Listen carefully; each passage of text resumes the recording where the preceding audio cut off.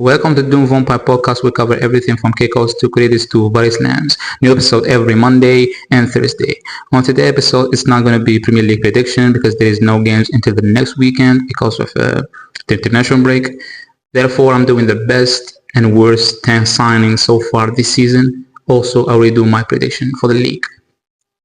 So let's start with the best 10 signings. At number 10, I had Sidney Lamont. He's not like making a lot of clean sheets or doing anything crazy. However, after 2 years of watching Onana and Bayern didn't go, there's something to be excited. There's something to be excited about. He's still young and way young for a goalkeeper. We get better with age and experience. But what he brings confidence and calmness to United defense and to us fans. Even when we're watching, I know he's not going to make some stupid saves, even when he doesn't pound the ball to danger or anything. He's not making something we never seen, but he's making good saves, keeping us in the games, and we still haven't lost with him. So 5 games, 3 wins, 2 draws. I'm actually happy with him. For the first 5 games, I'm happy with him. He will only get better, like I said, with age and experience.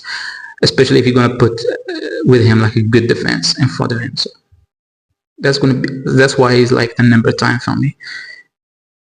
Number 9 is also another goalkeeper. The Sunderland goalkeeper Roofs as well, for a young goalkeeper, has been good. Never heard of him before, to be honest, but every time you watch him, he makes good saves and he conceded 10 goals. I know they have a good defense. But like I said, when you watch him, he's making saves every game. Crucial saves. He made the one with Bruno. And then he just hit the bar as well. But the one against Arsenal, last minute. But when Calafiori had the ball, when they went 2-2. I mean, he's making a lot of saves every game. And he's young as well. We get better as well with age and experience. Because for the goalkeeper, when you're 22, 23, you're only going to get better. Especially if you're good at that age. So it's only going to get better. So you have to give him credit as well. At number 8, I have a Trufer from Bournemouth. He came in from France for such a low fee as well. Everyone in Bournemouth just already forgot about Kirkes. And we're going to speak about Kirkes, but he's not on this list. He's going to be on the other list. He's easily one of the best left back in the league right now. The way he crossed the ball, the defending, attacking as well, passing the ball, running the channels. He's just so good. So good, Trevor. Especially when they bought him 13, maybe 15 million. I don't remember, but such a low fee as well. And they're probably going to sell him for 50, 40, 60 easily in the next, if he keep continue like this for the next 2-3 years, obviously. And number 7, I have Grealish. He started well with 4 assists, but slowed down a little bit. But when you watch him, he's kind of reminding me of the player he used to be in Villa. The way he carried the ball, the way the passing, the attacking of the wing, the right back as well. The way he just attacked the box, the crosses. He's not the same he used to be for Villa because of age. Obviously, he's 29, I think. And when he went to City, it was different play. It wasn't the same player he was. He had only one good season with City. But with Villa, he was such a good player to watch. And right now, he's kind of reminding us of that player he was. It's not going to be the same, obviously, like I said, with age. But the way he just protected the ball, the way he carried it, he gives something different to Everton. And I think they are where they are right now in the league. Not because of him, obviously, but the way they play. He just makes something easier for them. And he just gives the defenders something to think about. And number 6, I have Donnarumma. He brought stability, experience. Like I said, stability to the defense. He can man the box, saves, clean sheets. And honestly, just a big personality. When they have Ederson, they used to play from the back. And right now, Donnarumma might not do that, but the way City are playing and how Guardiola changed the tactics, he doesn't need from Donnarumma to play from the back and stuff like that. He just go long for Haaland, and City are just good on transition, especially with like I said, Haaland and Doku. But Donnarumma, like for years, this goalkeeper has been here for years for Milan, and then he went PSG. And in my opinion, he was such overrated goalkeeper.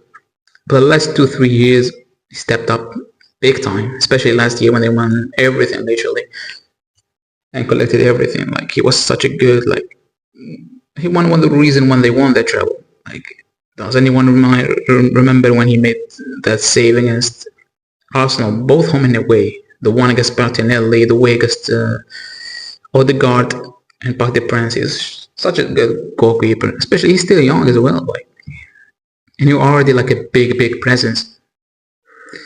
And number 5 we have Zubemendi. The way he controls the tempo of the game, his passing, he's also capable of scoring goals. He's way different than Partey. Partey was in and out of the team because of injuries or the way they play, but this guy is just so good. And I thought he would struggle in the league. I thought he was good in the La Liga, for Spain as well.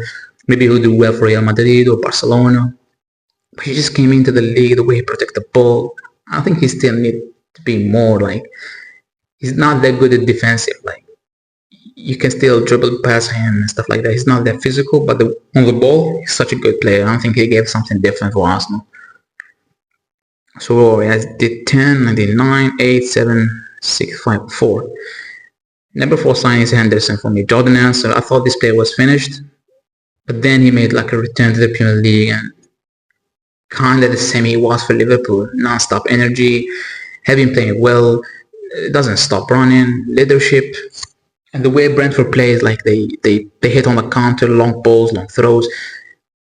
He's such a good player for that because when they play defensive and you have Shade and Thiago and Otara, the way he hit the ball, long ball to any of them actually, and he did that twice when I watched Brentford. He did that against Chelsea, the ball to Shade, and against United, the ball to Thiago. He's just so good at that, and he just honestly. I thought he was finished, like I said, but he's a good player for them, and they love him. They love him there. And number 3, I have Voltemade. He's not Isaac. Obviously, Isaac is fast, dribbling, scoring a lot of goals, different type of goals. But Voltemade is not something like a player you watch him to play football. But he's so dangerous in the box. Like he's only scored 4 or 5 goals, I think. But a good way to start your career at Newcastle because everyone is not Newcastle are not speaking about Isa. They are happy with Voltemade if you go and watch online or read or listen to their fans. And he's so dangerous. The way Newcastle play is they cross a lot of balls inside the box. Murphy and he suits that style because he's such a threat in the attack. He's like what? He's like 2 meters tall. So he's like, he suits that style for like scoring a lot of headers. And his first goal was a header anyway. So if they keep playing to his style, he's probably going to score. Like he would give you like 12, 13. For his first season, he'll probably do that. And that's a good signing.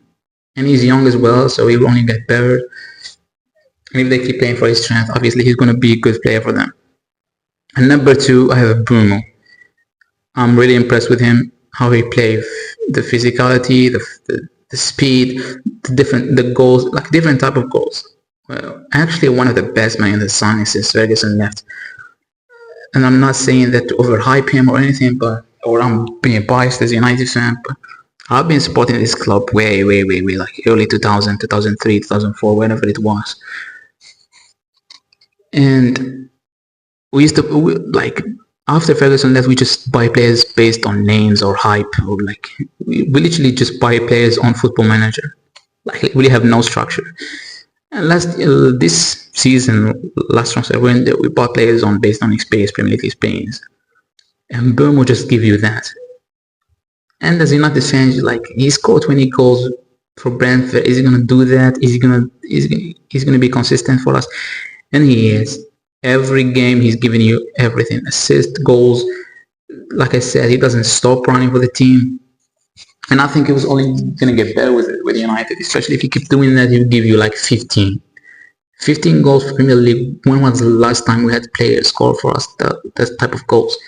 I think since Cristiano left, When he came back, made his return, he scored like 17 goals in the league, and since then we didn't have anyone scoring close. And after that, so if Bumu ends the season with 15 goals, 16 or 14, whatever it is, it's gonna be a good season, especially with his fee, like 65, with his age is like 26. I think it is one of the best signings I've made since Ferguson left, and I just hope he continues doing that.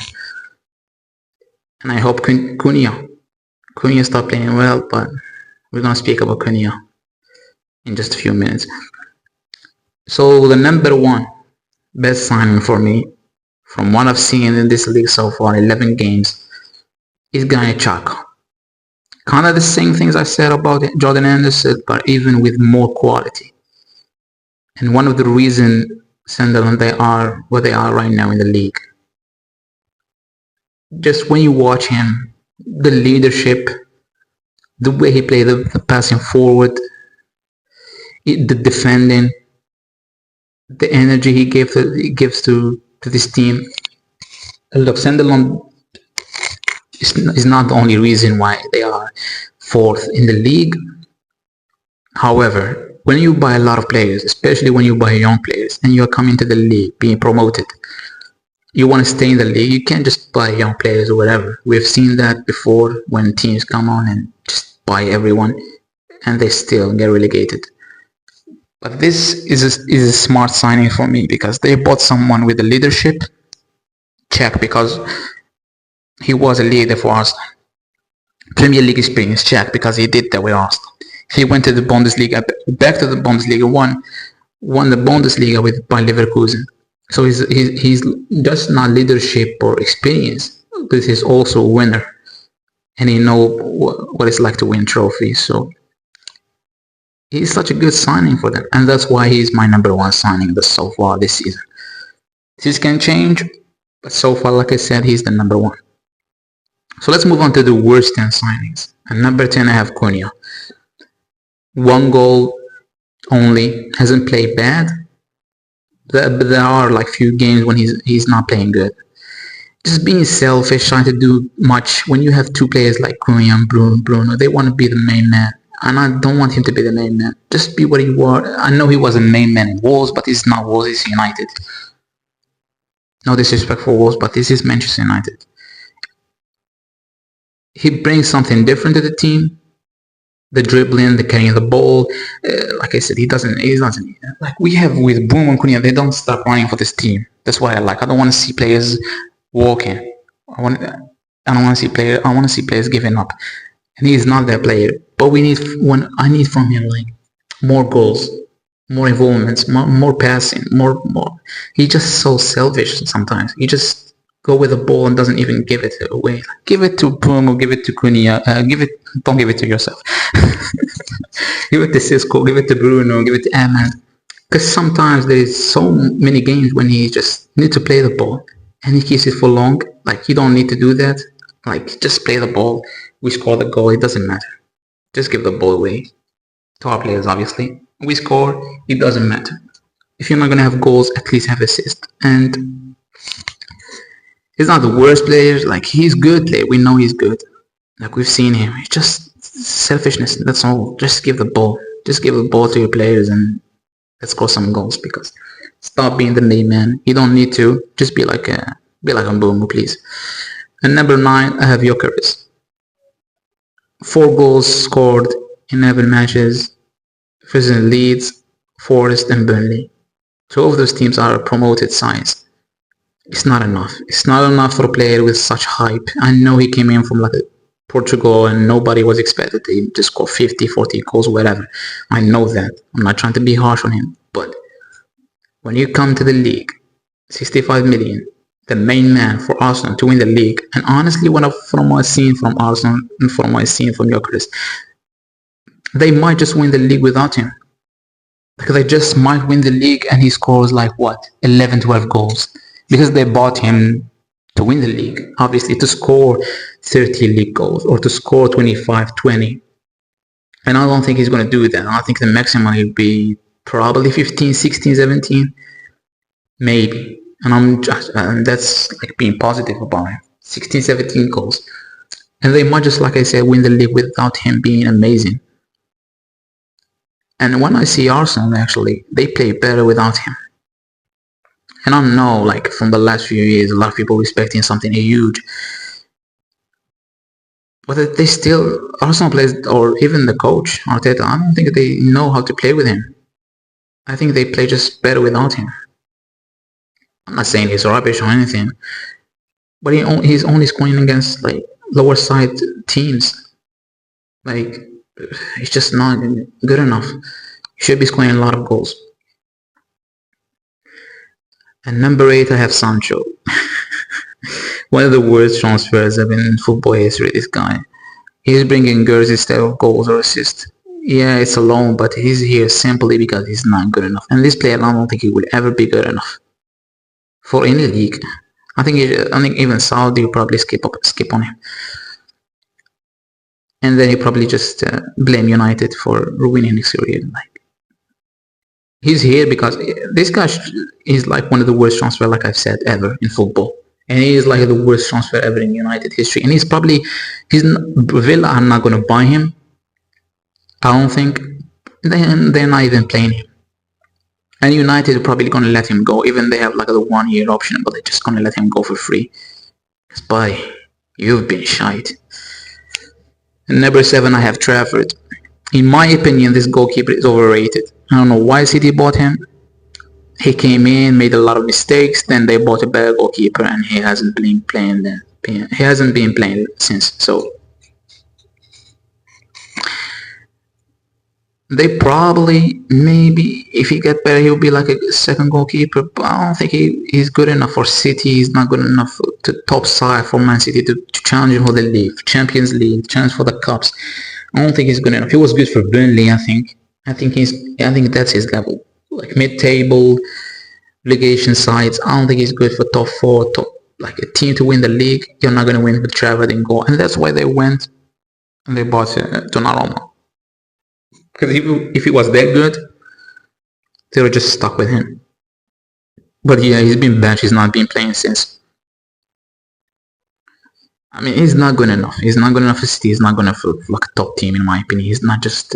I'm not trying to be harsh or biased because I hate City or whatever. Like, I just gave props to Donnarumma. I don't think he's just good enough for the league. There are some players that are just not good enough for the top side of Premier League. It is what it is, huh? So in number 6, I have Gittins. For that, he came in and he's not even starting. Doesn't even play sometimes. Doesn't even be on the bench. I don't want to spend a lot of time on this player. He's a young player, but I don't think he was good enough in Dortmund, and I don't think he's good enough for Chelsea. I think the only reason Chelsea bought him because he'll probably be flipped.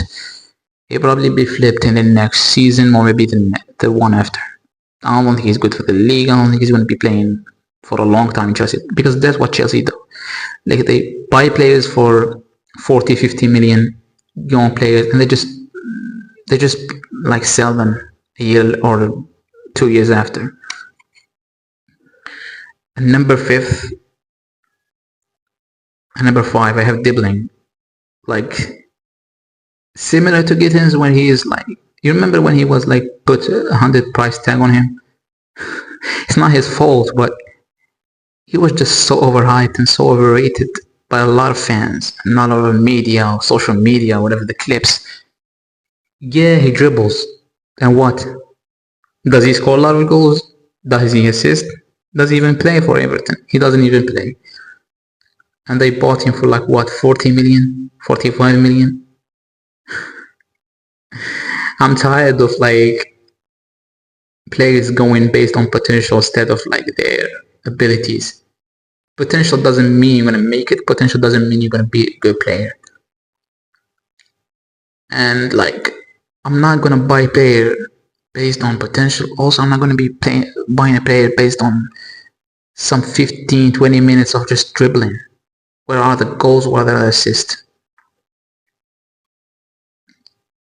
And number 4, I have Kirkaz. He's not just the same player he was in Bournemouth. There's no excuses. Premier League experience, he got that. starting for the champions. He's already doing that, and he did that for the first few games, but he made so many mistakes, the diving and being booked, yellow cards, and he's been dropped for Robertson. He's not the same player he was. The dribbling, the crosses, even he scored the goals for Bournemouth as well. So he's just not the same. Maybe the confidence, maybe just way bigger step up for him because Liverpool is a big club, obviously. Maybe it's just too much. Some players just too much for them. Maybe they can't handle the pressure. It's different because Liverpool are a team they're gonna be watched just like United. A lot of people are gonna watch you, and Bournemouth, not a lot of people are gonna watch you. So maybe they watch you because the big teams or just watch few clips of you on YouTube or whatever. But when you come to the bigger teams, there's gonna be a lot of pressure on you. And number 3, I have Elanga. Before I go to Elanga, like I was in Kirkus, like honorable mentions from Liverpool, Isak and Frimpong. The reason they are not on this list because they have been injured. Isak with FC, Frimpong, I don't think he's a right back. He played well better if he was right wing back. He would have been better for United, to be honest, than Liverpool for playing right back. They are not on the list. They should be mentioned, like I said, but they are not on the list because they have been injured. But if he start playing, he's not producing a lot of goals, he's going to be like one of the flop of the season. And number 3, I have Elanga. No assist, no goals this season, last year, but that's why you shouldn't be buying players based on one good season. And lately he's been on the bench for Murphy for just a lack of performances. He's just not the same player. And the reason why, because Newcastle doesn't play like Forest. Forest just used to sit back and just hit on a counter. That's all. Against any team, against the big teams, against the small teams. Newcastle do that against the big teams, obviously.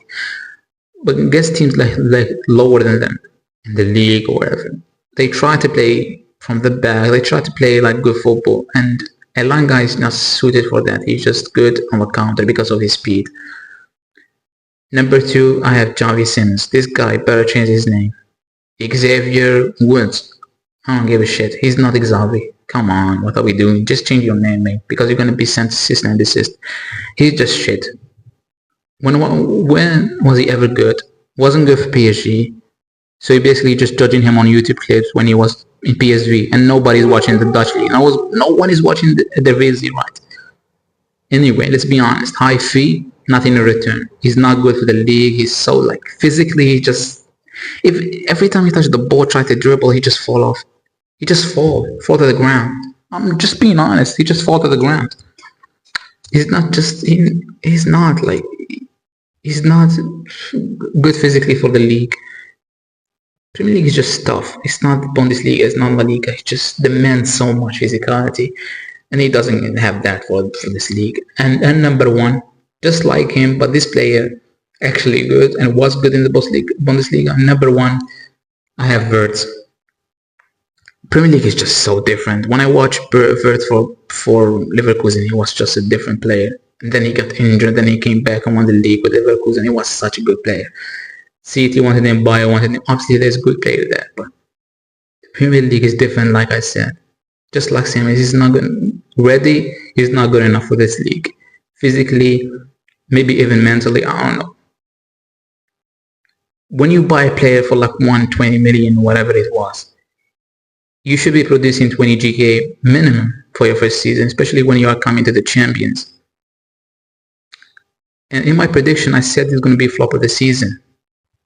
Because for that fee, you should be producing that type of GA. And so far this season, he's like, 0 GA in the league?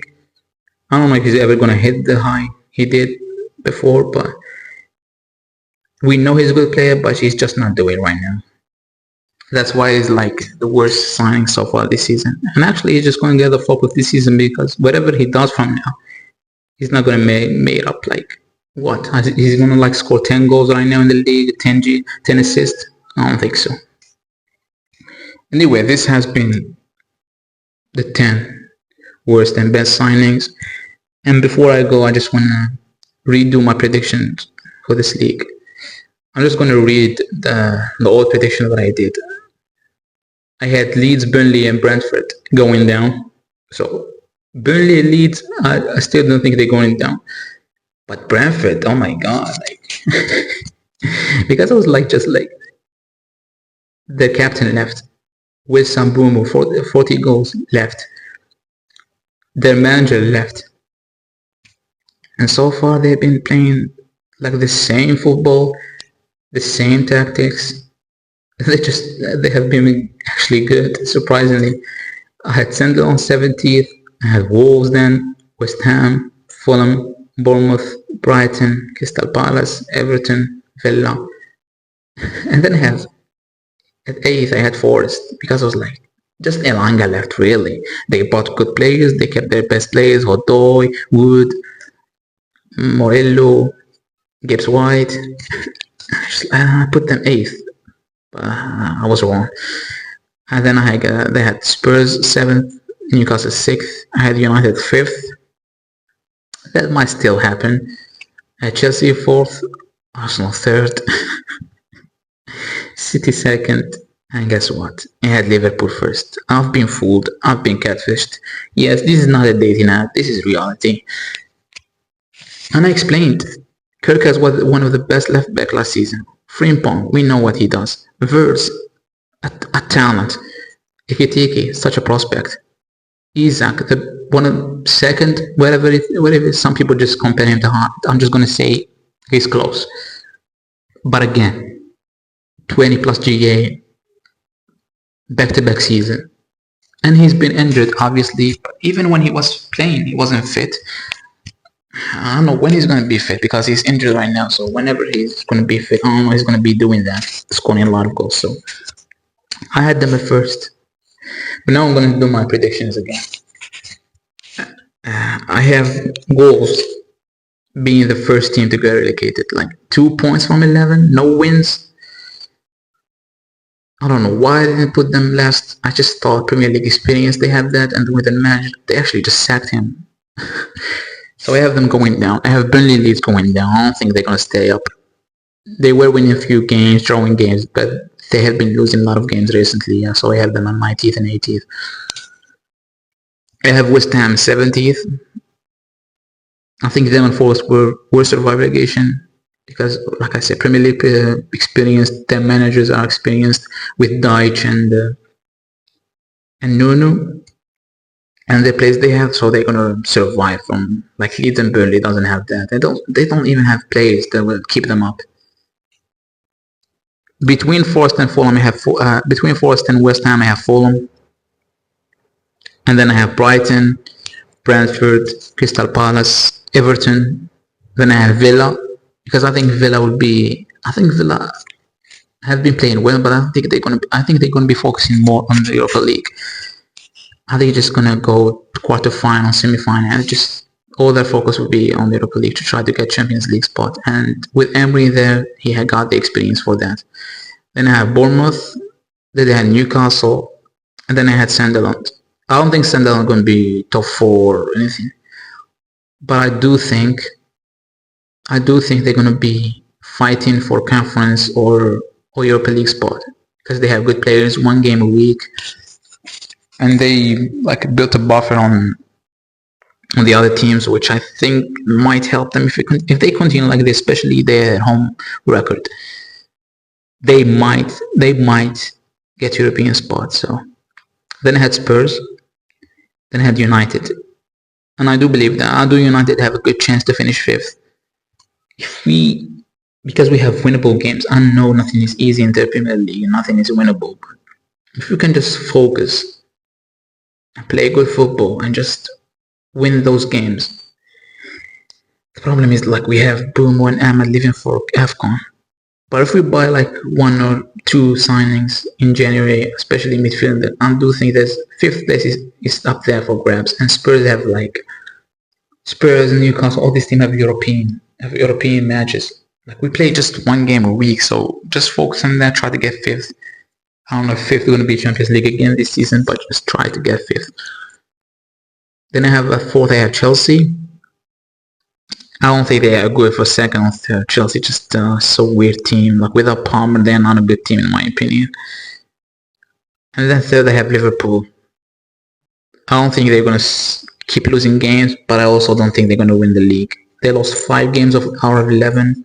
If you're gonna win the league, you shouldn't be losing 5 out of 11. You should be like losing less. They lost 4 games last season, and one of the or two of the four they lost, they already won the league, and they just were celebrating.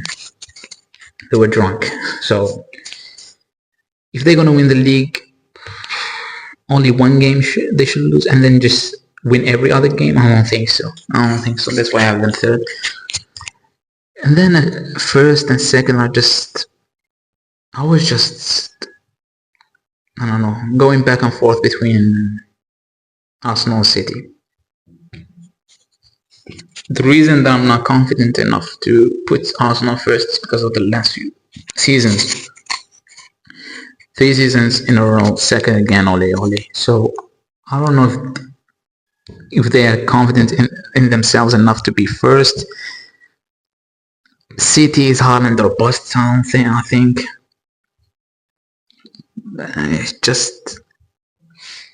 I think I'm just gonna put City first, because just based on history and the experience, we've seen City can, like, just from February to May, they just win a lot of games in a row. They just win a lot of games. They like win 11, 9, 13 games in a row easily. With Arsenal, it just, when that time comes, like, they always bottle it. Like, they start dropping points to Villa, they start dropping points to whoever, and they've just done that against Sunderland. So there's enough evidence that I should be putting City first, but I'm not really surprised if Arsenal win the league, because I think they should win the league based on the players, based on what they've done the last few seasons, just coming second. And this year they should be winning the league. So there's no excuses. They have every position. They have 2 good players in it. So there's no excuses for them to not win the league. The reason I'm putting City, like I said, is just based on the history. The last few years when they've done it, like I said, winning so many games in a row. So I'm putting City first. I'm putting Arsenal second. If Arsenal win it, they deserve it, and they should win it. Like, they have good players. Anyway, like, subscribe, share, and comment. Thanks for listening. Thanks for watching, and take care.